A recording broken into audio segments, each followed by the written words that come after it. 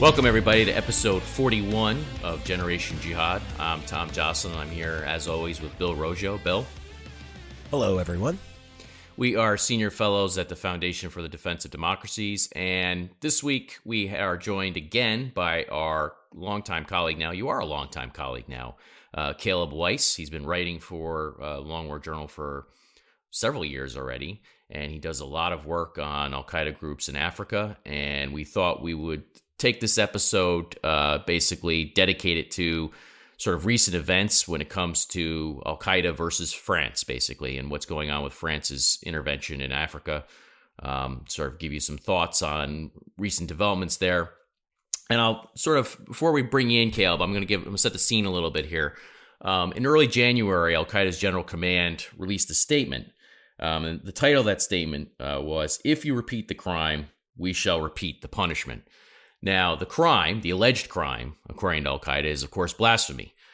One of the things that al-Qaeda has repeatedly accused the West and France, and now especially Emmanuel Macron, the French president, of is blasphemy. Basically, they accuse a lot of people across the West of sort of smearing the Prophet Muhammad and the religion of Islam. And al-Qaeda has been using this as a rhetorical tool or wedge issue for a number of years in order to try to justify or give a pretext to its violence.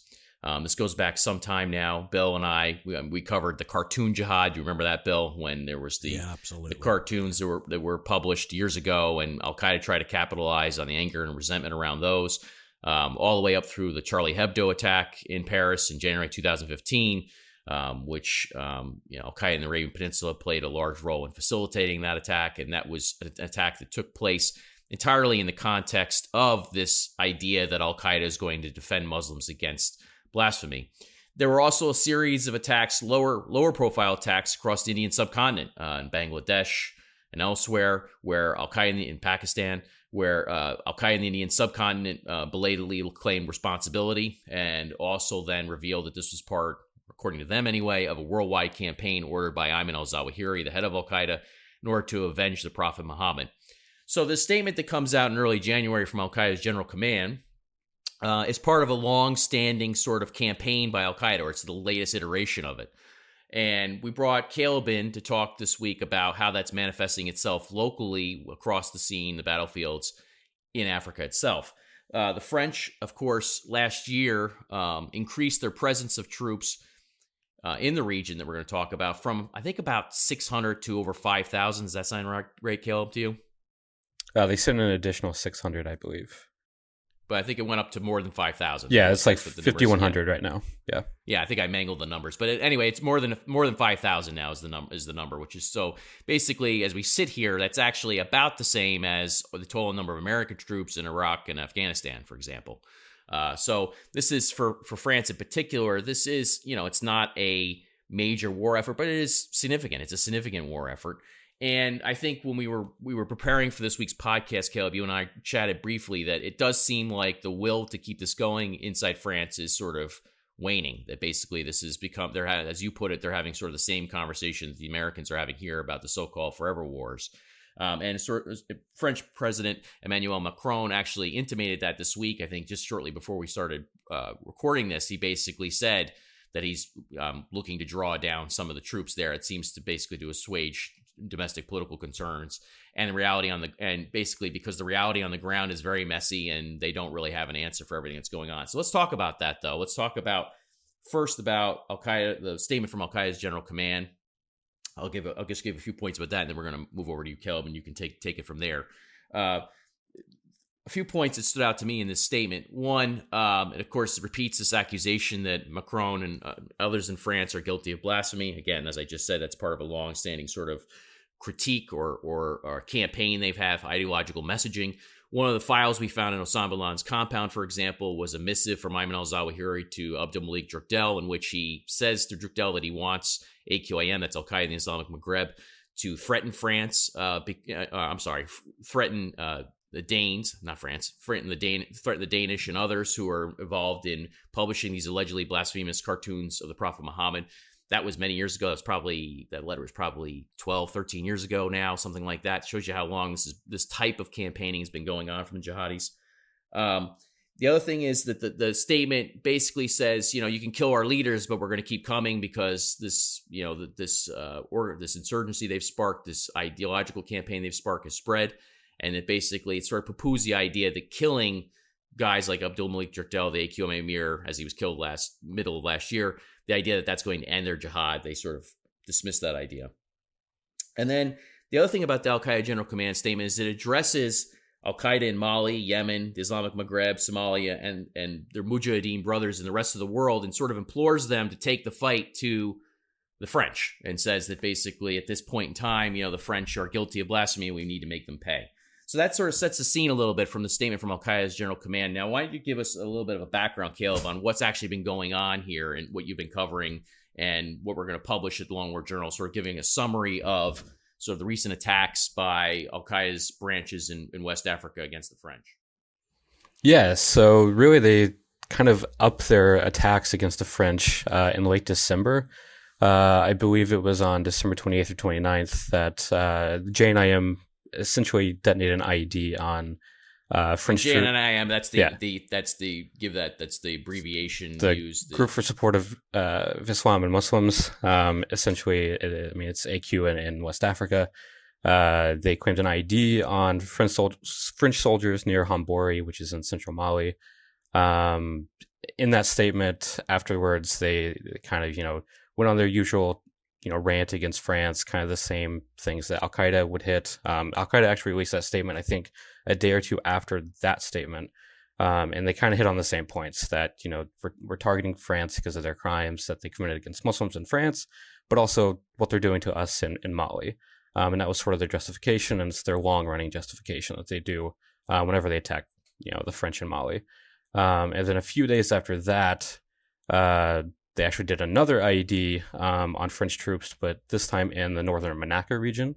And they kind of, afterwards that, they issued another statement, which we can go into in a little bit. But I think the most important attack that they did was actually on January 8th. They actually claimed a suicide bombing on French troops, also near Hambori. And this is kind of stands out to me because JNIM really doesn't do that many suicide bombings as a compared to other Al-Qaeda branches or other jihadist groups. So that they actually did a suicide bombing, kind of stands out to me as, kind of significant that they would actually dedicate that resource to attacking the French in this time. And all of these statements kind of had a general theme that again, fit with Al-Qaeda's General Command and what they said in their statement. And I think we should probably point out specifically that in the statement following the IED in Manaka, that they addressed AQ General Command directly. In their statement, they explicitly said to our leaders and our sheikhs in Al-Qaeda, essentially that, that we heard you and, your words will be transformed into actions on the ground, as I think was what they said, which I think is, pretty telling of, the overall global campaign that Al-Qaeda is trying to do and the way in which JNIM sees itself as part of that campaign. And let's just pause there for a second. I mean, this is, one of those issues where, so JNIM is openly signaling that they're loyal to Al-Qaeda senior leadership. This is something that some people like to poo-poo, they like to dismiss for their own whatever reasons, who cares? But the bottom line is, it's trying to remove agency from this group that is openly saying that it's acting in accordance with Al-Qaeda senior leadership's desires, wishes, guidelines, what have you, right? Right, absolutely. And I think that gets back into the wider debate that you and I talk about all the time between this false dichotomy between, the local and the global issues here of that. Yeah, JNIM is this Sahelian focused group, right? But they see themselves as part of this global jihad. And I think a lot of people misunderstand what the global jihad is and that, the local issues are the global issues and the global issues are the local issues. There's no distinguishing between these groups. I don't remember what specific, jihadist. Well, what I would say is that the line is blurred, right? No, it's absolutely blurred. They blurred the line themselves because a lot of their violence is locally focused. They live in a local environment. I mean, they're human beings, right? Yeah. Where are they going to live? They have to live somewhere, right? Exactly. And the idea that they're not going to be locally situated is just ridiculous. It's absurd. It's a false binary created by this field, essentially. Yeah, we're projecting that. Right. There's also based in this misunderstanding of Al-Qaeda, because the idea, this phony understanding of Al-Qaeda has always been that they're just interested in attacking the West and hitting the U.S.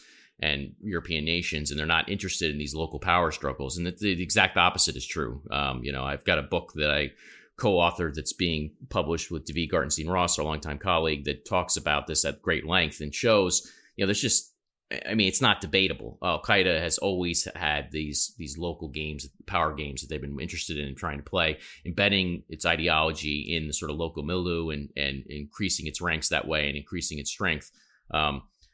I don't think that, as we've talked about on this podcast, that doesn't mean the U.S. should try and root this out everywhere it appears. Far from it. I have absolutely no desire to get further involved in West Africa, and the U.S. should not. But at least in the name of fighting this. But that shouldn't change your analysis of what the situation is and what's going on. So, all right. So give us a little bit more here. So what is it? 5 French soldiers have been killed, and 4 UN peacekeepers, I think. So is that actually right? 5 UN peacekeepers. There were 4 5, okay. Ivorians and 1 Egyptian. I missed one. Sorry. So 10 soldiers in the last couple of weeks, which is pretty significant. JNIM kind of goes on these spurts where they'll do a lot of attacks and they'll claim them, and then they may do other attacks but not claim them. So it's kind of significant that they're taking this time following this increased pressure on France to claim this flurry of attacks, and I think that's kind of significant. I kind of do want to talk about what they're exactly saying in these statements, because there's a few things in here that, other than our leaders and our sheikhs Al-Qaeda, that really stand out to me and really gets at JNIM's overall modus operandi of how they see themselves and how they're positing themselves in West Africa. And one of the things that all 3 of the attack statements that they've released in the past few weeks have hit on this theme that JNIM is this local defender. They are the community defender of the Muslims. Essentially in every statement they've attacked France for what France has been saying is their justification for being in the Sahel, is that they are there to protect the French, but also to protect local Muslims from Al-Qaeda and the Islamic State. So Al-Qaeda has kind of interjected themselves in this wider debate going on in France of why they're there, of saying that, no, you're there to kill us. You're not actually protecting the Muslims. You're killing them. And in fact, they use the example of a recent airstrike in central Mali that may or may not have killed civilians. It's kind of being debated, but to JNIM, they did kill civilians, and therefore that's the prime example that France is only there to kill Muslims. So in these statements, they're kind of, positing 2 locals in Mali, but also in France of hey, you guys are killing us. We are the better defender for the local Muslims. And I think in one statement, they actually say it doesn't matter what religion you are. We are here to protect you. And I think that it kind of gets at the wider theme of JNIM has kind of, they're portraying themselves as wider than just a group for Muslims. It's of course they are a jihadist group and everything, but they're trying to, by saying that, regardless of your religion, that we're going to protect you. I think this really gets at their wider MO, and I think this is seen across the board. If they made peace deals with non-Muslim militias, they made peace deals with non-Muslim communities. But that's whole part of their project, is to be this governing force. And they understand that, there's non-Muslims in here and they have to appeal to them. And I think this is part of Al-Qaeda's, long-term strategy writ large, to be this governing force. And they understand that non-Muslims are going to be part of that. And I think JNIM is really doing a really good job of standing out, of making sure that that's explicit, that they are acting in that capacity, if that makes sense. Yeah, I think it serves two. Let me just say two things on it. One, I think it serves the purpose of trying to eject the French. Right? They're trying to rally anti-French sentiment, which obviously is going to rise, and French politicians, including Macron, now have to deal with that, and that's probably the context behind his statement that he's looking to remove some forces. But the second of all, to the governing aspect of what you're talking about, they're trying to build the Islamic Emirate. This is part of a long-standing project they've had in the region where AQIM and its affiliated groups, including groups that stood up, have been trying to build this local governance project to raise an Islamic Emirate there for quite some time. And basically JNIM is the latest iteration of that long-standing project. It's not something that sort of came out of the blue. It's something that's actually, when you look back through the primary source documents, their statements, their actions, their behavior, leadership behavior, the whole 9 yards, you see that this is something that they've been driving at for a long time. Go ahead, Bill. Sorry. Yeah, no, I'm going to take a quick step back here and just look at the tactical level. Killing 5 French soldiers in 3 attacks over the course of several weeks. Look, this is a difficult question to answer. When I get this, I always sort of balk, but I'm gonna have to ask you. So do you think that and obviously you're going to speculate here. Do you think JNIM has detected a weakness in the French security posture, or have they just gotten lucky, or have they been reserving these attacks for the right moment? What's your thought on why they've had such success in a short? Because I note that there's been 50 French troops killed in this region for over the course of multiple years. I'm not sure how many years the French have been deployed there. It was 2013. So yeah, since right, and you've killed 5 of them, and 10% of them are killed in the course of just a couple of weeks. So I thought that was pretty significant. yeah, I mean, again, I can only speculate here, and I think there's two hypotheses of whether or not this was a coordinated thing, because they do. Like I said earlier, they kind of go on these spurts where they'll claim a lot of attacks and then may not claim that much. That doesn't mean they're not doing attacks, but that just means like publicly they may not be claiming these. But I kind of lead towards that this kind of was reserved. They obviously know where the French are operating. They obviously know where their forces are best at to actually attack the French. But also there's kind of an element of maybe it was kind of based on where the French were kind of redirecting most of their forces. The French have been operating kind of in this Gorma area for a long time. Most of the French kind of operates in that Gorma area, which is kind of the borderlands between Mali and Burkina Faso and Niger. The French have been doing a lot of operations there recently, mainly towards the Islamic State, but also with JNIM. So I kind of feel like maybe it's a mix between kind of at the right place at the right time, but also this kind of was a reserved thing that was for this larger campaign, if that makes sense. Right. But again, speculation, I have no idea. Sense, yeah. So I suspect you're right. I think it's a combination of the two there. They probably, I agree with you, Caleb. They probably pattern these attacks with the ability to coordinate it with the wider messaging. It certainly makes sense. Thank you. So basically, I think we can expect them to try and keep coming this way. I mean, they're going to try and drive up the cost of France's role in the region.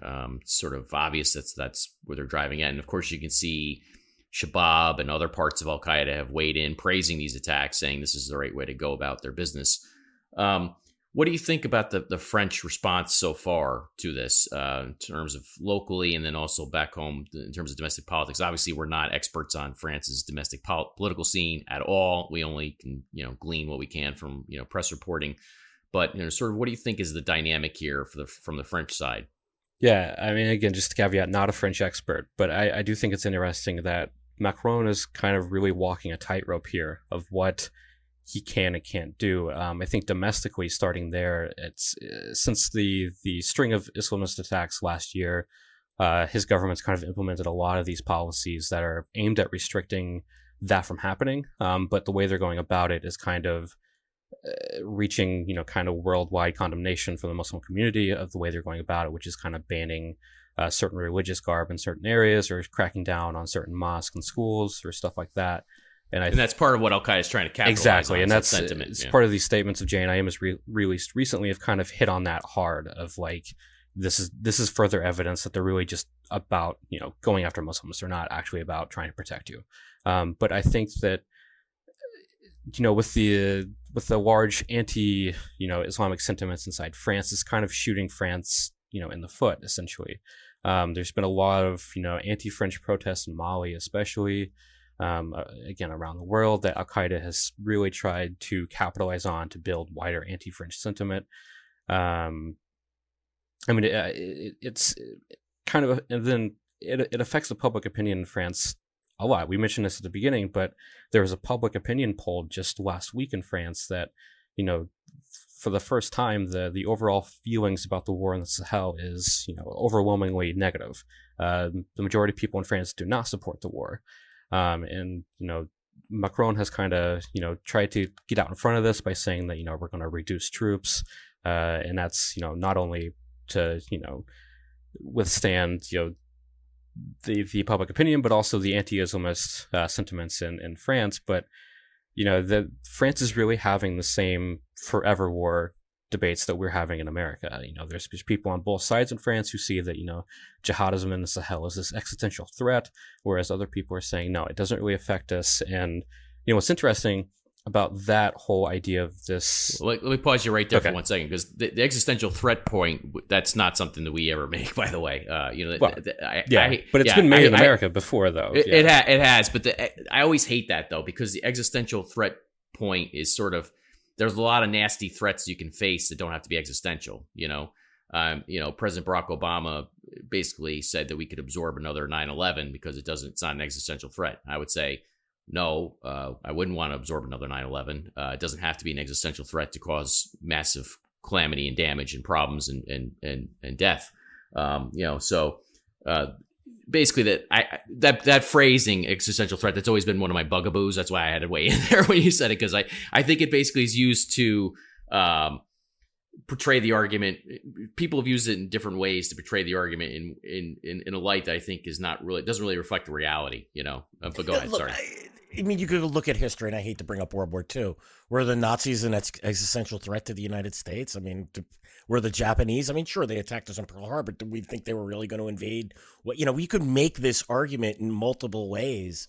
Well, that's the problem with it. What's the definition? Right, exactly. Of it? Yeah, I mean, it doesn't. It's used basically to say, by some people use it to say that we need to do everything to combat the jihadis because it's an existential threat, which I disagree with. Right? I'm with you, Tom. I was trying. You don't want to overextend yourselves, and we've heard America's pivoted away from that. But on the other side, they use it to say, well, you guys are just, not us, but others. You're just trying to make this into an existential threat to justify military action. And I'm saying, no, you don't have to make that argument either. So no, we need to defend our interests at certain points in time. You have to pick and choose when you do it, and I don't know, bringing down buildings and attacking the Department it's just of one of Defense. It's one of these buzz phrases. This field and this conversation is filled with all these buzz phrases that sort of don't reflect the complexity or reality of it, and don't reflect the ambivalence that people have when they talk about this stuff. So, or at least my ambivalence. So it's just one of those phrases I don't like. Sorry, I cut you off there. We had this little tangent here, this little rant about existential threats and what is and isn't an existential threat. But go ahead. No, like literally everything you guys just said, like the French are having the same discussion. They're having the same debates. This is across the board.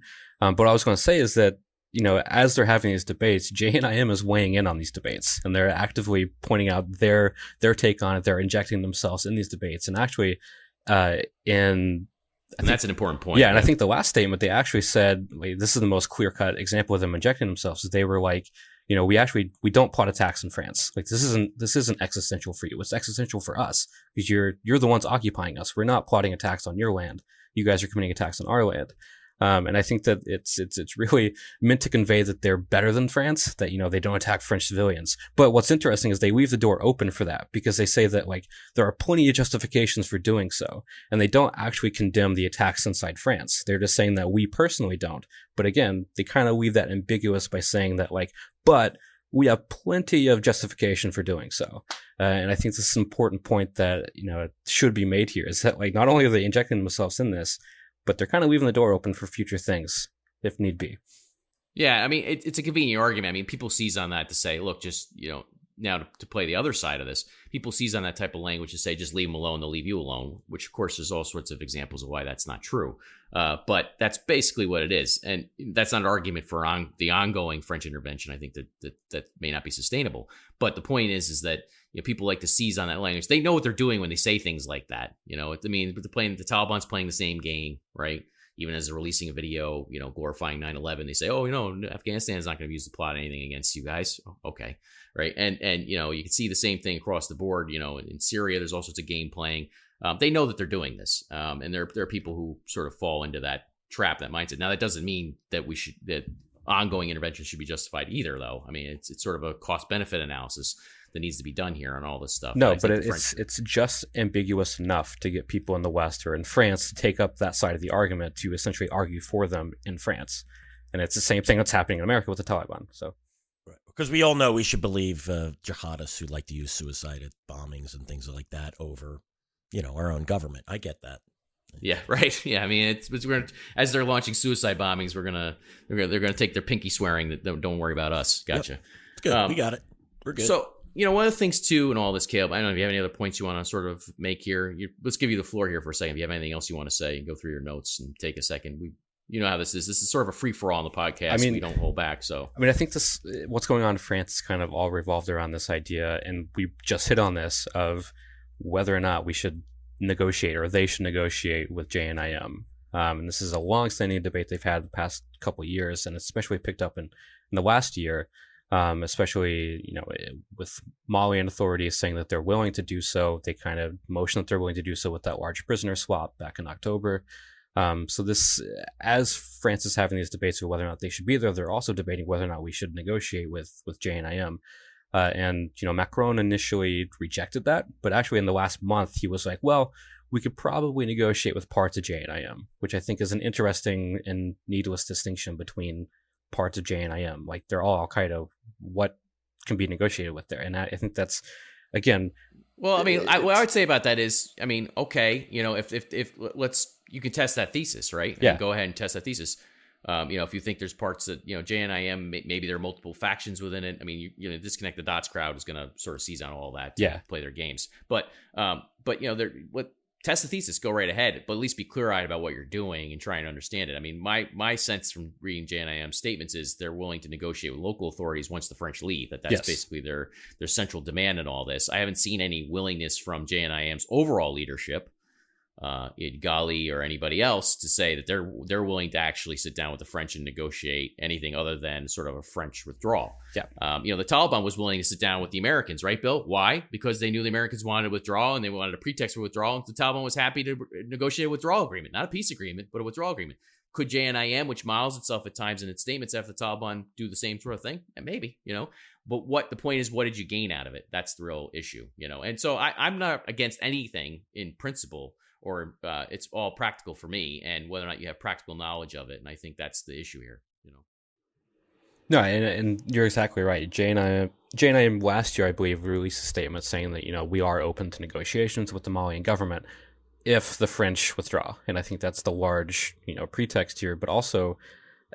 By the way, that's what the Taliban did. The Taliban said, exactly. But we'll have intra-Afghan talks. They won't even say we're going to talk to the Afghan government because they won't. Bill's going to be seething here. I'm going to tee him up for another round of why the Taliban talks are nonsense. But the Taliban was willing to engage in these intra-Afghan talks as long as the U.S. agreed to withdraw first. So as long as you give up all your leverage, America, in these negotiations and agree to withdraw, then of course we'll talk to the we'll have intra-Afghan talks. I mean, that's sort of my critique of diplomacy. I'm a firm believer in strong diplomacy, as long as it's strong diplomacy. If it's sort of this sort of servile, submissive diplomacy, well, no, I don't know what that does for anybody other than the jihadis. So. No, and that question of how genuine the Taliban is or was in these negotiations is the same thing with JNIM.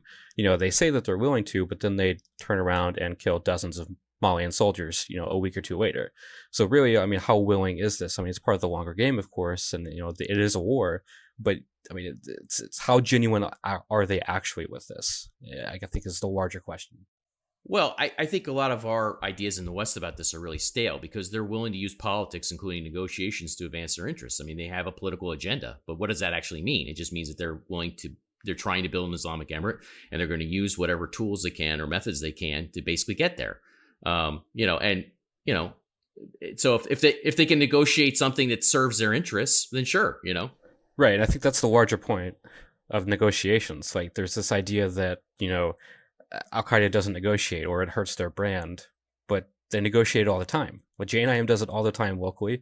AQIM has done it with, supposedly it's Mauritania. Al-Qaeda has done it before. So Al-Qaeda's General Command endorsed the negotiations with the Taliban, in the U.S., and you can see in the UN's reporting and Treasury Department reporting that Al-Qaeda's leaders were actually consulting Siraj Haqqani and other Taliban leaders as the talks were ongoing, according to those intelligence reports. So the idea that Al-Qaeda doesn't negotiate is just false. Again, it shows that people don't know anything about Al-Qaeda.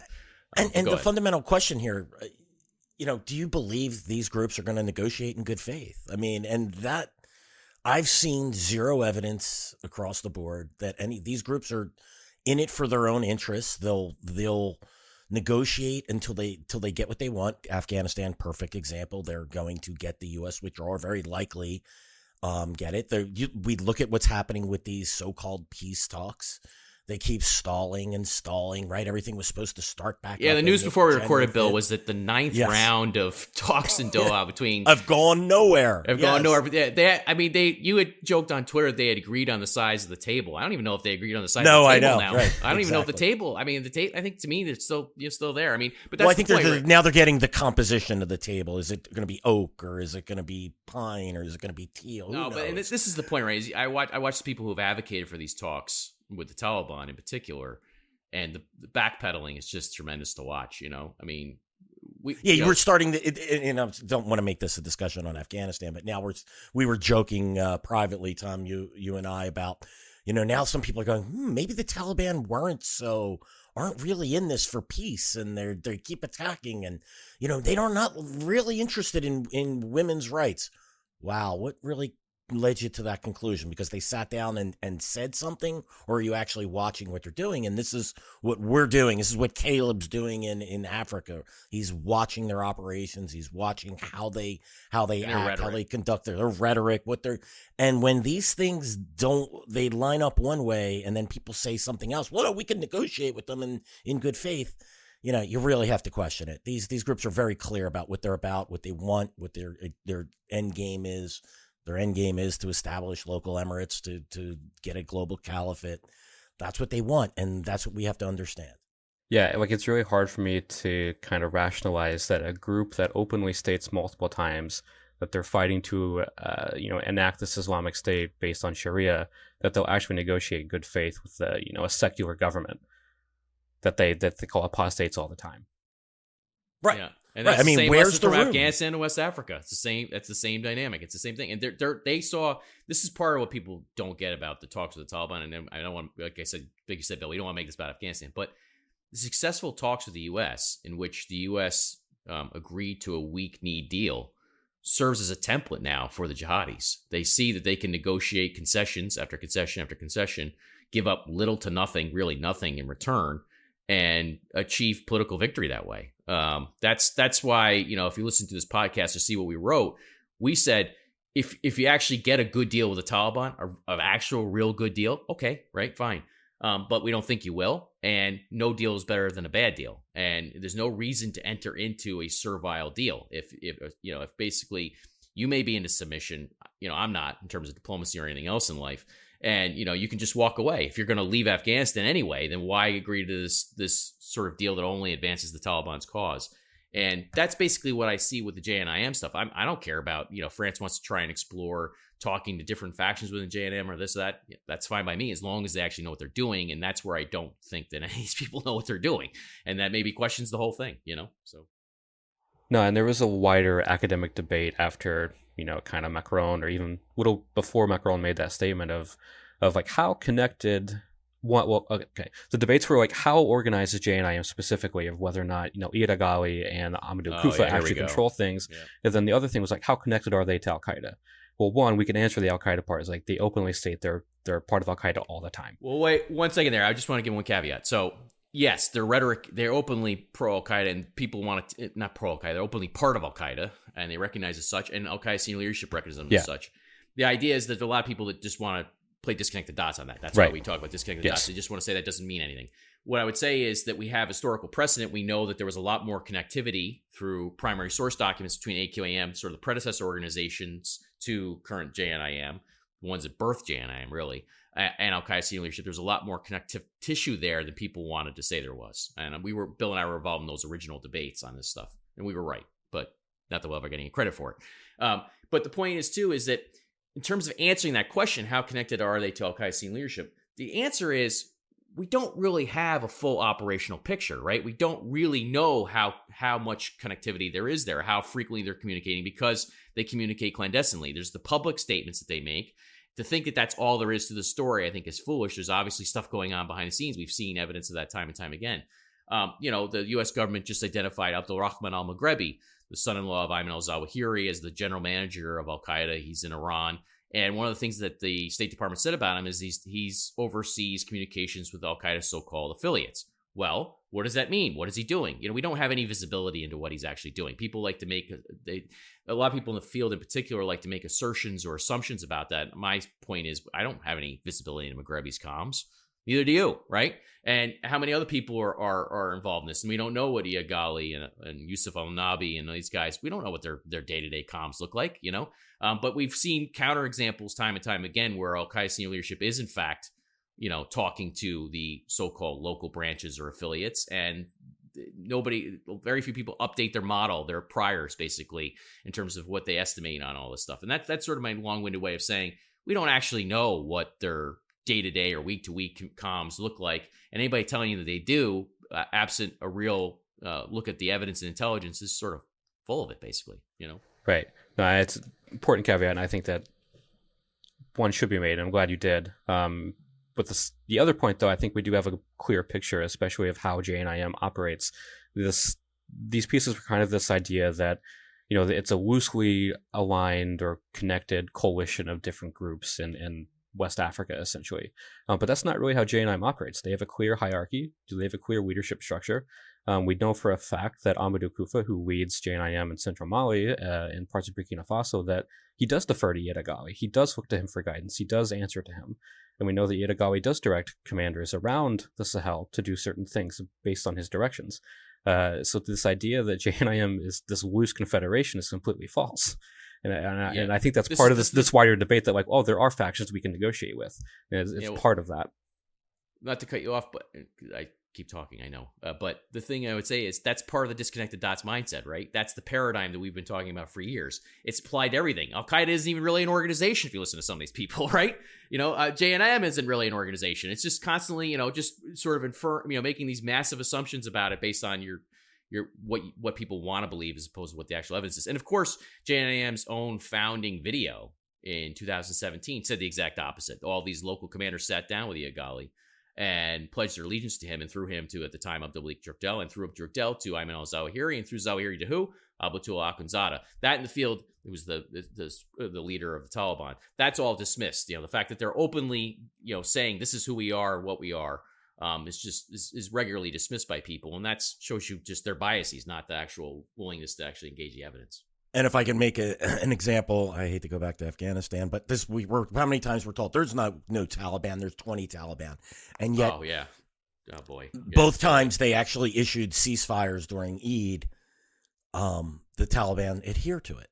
How does that happen if you don't have an overall command? That's it, and we know what that command structure. We know what we know. You see them declaring loyalty to their emir and they do all this stuff. Yet it doesn't matter. People still try to tell you the Haqqanis aren't part of the Taliban, even though Siraj Haqqani is one of two deputy emirs, et cetera, et cetera, et cetera.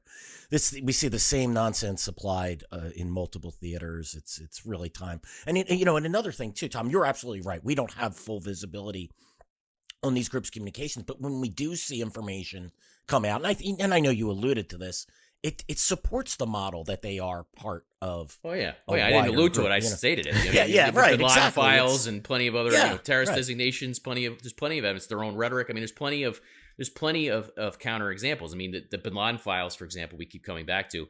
This should have been a paradigm buster. There were people who had a whole phony model of Al Qaeda that's been disproven. And by the way, you don't have to just base it on the Bin Laden files. There was plenty of contemporaneous evidence from AQAM, for example, and others that show that what the Bin Laden files were saying behind the scenes is what they were doing in front, out in front. I mean, you can put together a whole mosaic of intelligence on this stuff, and which is what we do. It's not just the primary source data. There's plenty of other supporting evidence. But my only point is that we have to have a little epistemological humility here, right? Or a lot. Because we do not know on a day-to-day basis, week-to-week basis, month-to-month basis, what's actually going on behind the scenes. Just that we know that the assumption that there's nothing going on, which is essentially what we're talking about, there's plenty of reasons to say that that's wrong. Many times throughout history has been wrong. And I'm not going to let that be my prior estimate when I go into the situation of looking at this. Follow me. Yeah, absolutely. Caleb, I have a quick question for you. Again, another tactical question here. Can you estimate how much territory JNIM controls in Mali? Are they confined to just the north? Do they have influence in the central areas? What is your picture on that? I've realized this is, believe me, I do this with Afghanistan. It's an inexact science, but we can get an understanding from watching their operations and statements and such. So I don't have.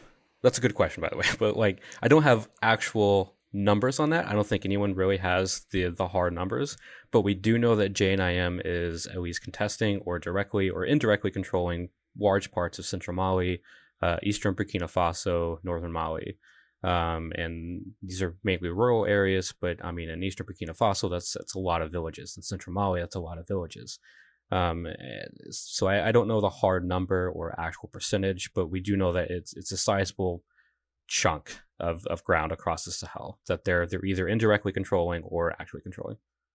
And one quick follow up on that. You reported, this is outside JNIM's operations, but last week a governor in Kenya, northern Kenya, noted that Shabab controls a significant part. Can you tell us a little bit about that? I'm just trying to let people understand that, the Islamic State isn't the only group that seeks to control territory. Al-Qaeda, Tom and I have talked about this on numerous podcasts.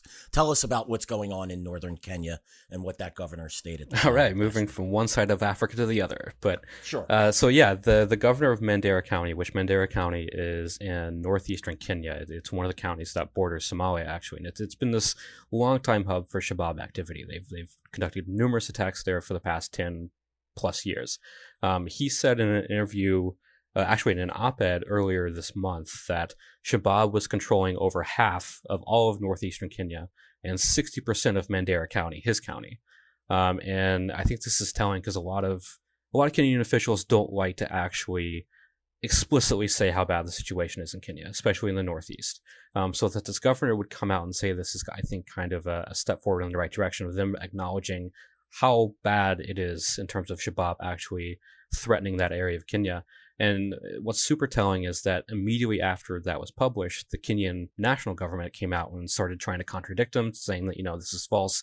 We've given so much support. Mandera County is not that bad. It's really, we got it under control. And I think that's the most telling part, is that they immediately came out swinging to contradict him. Yeah, and what was interesting in that too is that the governor wasn't critical of the. No, government. He actually thanked he thanked the national government. He thanked them for providing resources, and was saying, and yet Shabab still controls. And folks, the reason I'm bringing this up in the context of this is you could see there's a significant by Al Qaeda in Africa to take control of significant portions of countries, and it's happening in Mali, it's happening in Kenya, it's happening in Somalia, it's happening elsewhere throughout the region. And I highly recommend you go read Caleb's article on the Kenyan governor's comments about what is going on. That's published at the Long War Journal, so give it a read. It's almost as if they're waging an endless jihad as opposed to right, Tom? Yeah. Strange how that works. It's almost as if Al Qaeda and ISIS sort of get a say in what goes on. That it's not all about what America does or doesn't do. Let me ask you one more question, and unless you have anything else you want to add to this at the end, but how do you gauge ISIS's strength now in West Africa? I mean, obviously, there's been an ebb and there's sort of a back and forth there. At times, it looks stronger than others. There was a time when people thought it was eclipsing Al Qaeda in the region. I don't think that's true. I think when you properly define what Al Qaeda is doing, it's probably stronger, has a deeper bench and deeper roots. I may have one other question after this, but how do you gauge ISIS right now? So I think the way you described it as this ebb and flow is the correct way to look at it. Of course, ISGS, that's the Islamic State in the Greater Sahara. At times they've been super strong. They actually conducted, Niger's deadliest attack ever. And just a couple weeks ago, they went up that and they killed 100 civilians, over 100 civilians in these two villages in Niger. But at the same time, in other parts of the Sahel, they've kind of been weakened by French operations or infighting with JNIM. But that's not to say they'll come back or they won't come back. It's very much an ebb and flow with them. But I also do think that what you said about JNIM's deep bench, that's also the correct way to look at this. They are better connected to these communities. Of course, ISGS does have these communal ties, but they're not looking at these ties strategically as JNIM is. JNIM is, like I said earlier, the community defender. That's how they're playing this. ISGS is essentially the same thing as the Islamic State everywhere. If we are the dominant force, if you don't subscribe to us, you are a kuffar. You are the apostates. My way or the highway. Yeah, exactly. Yeah, I mean, it's just a different model for trying to acquire political power, different tactics, but the same end goals, really, a lot of times. I guess one other question for you. A group that we see pop up from time to time, and they popped up again recently in recent months, was Ansarut. This is always a fun little organization to keep track of. Fun because it's a weird story in some ways. I mean, there's all sorts of evidence again of being part of the Al Qaeda web and what's going on. I was wondering if you had any insight into sort of what you think is going on with Ansarut right now. Yeah, so actually, Jacob Zinn and I actually have a piece in the pipeline right now talking explicitly about this. Ansarut kind of went dormant after 2015 following Nigerian campaign against it, but also infighting with quote unquote Boko Haram. And you remember some people were saying it was gone, and I told you it's dormant. Careful. Yeah, right. Yeah. These groups, this is one of those ones that pops on and pops off the radar. Yeah, so. And to Jacob's part, Jacob's done a good job of tracking them since 2015, and what he has found is they kind of went. Some of them went to Mali, some of them went to Libya, some of them stayed in northwestern Nigeria, and they kind of just waited low for a while. And then in 2019, I think as the wider situation in northwest Nigeria started to snowball into communal conflicts between herders and farmers, or Fulanis and non-Fulanis, that Ansarut saw this opportunity to revive itself, and that's what they've been doing. I believe it was late 2019 that they claimed their first attack since 2013 or 2014, and they've claimed, I think, 4 more since then. So they haven't claimed that many attacks. We still don't really know what exactly they're doing, but we do know that they're back. They're claiming to be back. We do know that they are working with quote-unquote bandits in northwest Nigeria. We know that they're building ties with these communities. We know that they're actually funneling weapons between Mali and Nigeria with JNIM. This is the International Crisis Group actually documented this last year, that Ansarut is directly involved in this weapons trade between JNIM and itself. And with the bandits, we know that they're trying to really build themselves back up to be this insurgent group. And then we think that the larger plan here is to kind of make a contiguous battlefield between the northern Sahel and Mali and Burkina Faso into northwestern Nigeria, where it's kind of this contiguous battlefield for Al Qaeda that they could operate mostly through the Sahel, if that makes sense.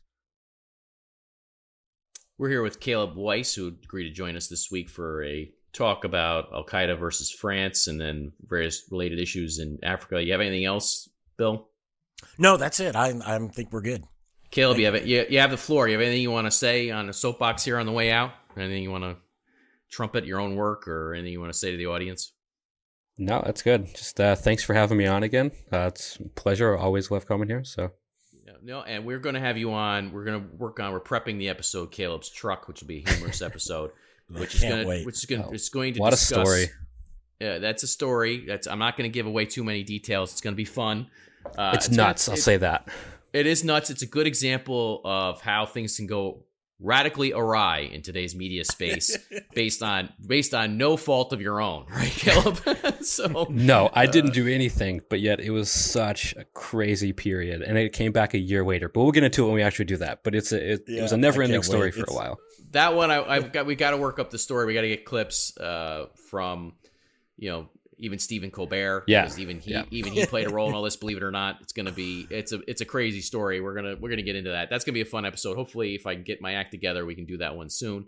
But Caleb, thanks for joining us again this week. Really appreciate it. Yeah, again, thank you so much for having me on again. Caleb, it's always a pleasure. Thanks for joining us. Absolutely. Keep up the great work. Thank you. Yeah, and keep plugging away. Keep connecting those dots. People like to disconnect. I'll do my best. Basic analysis seems to be elusive in our field. In any event.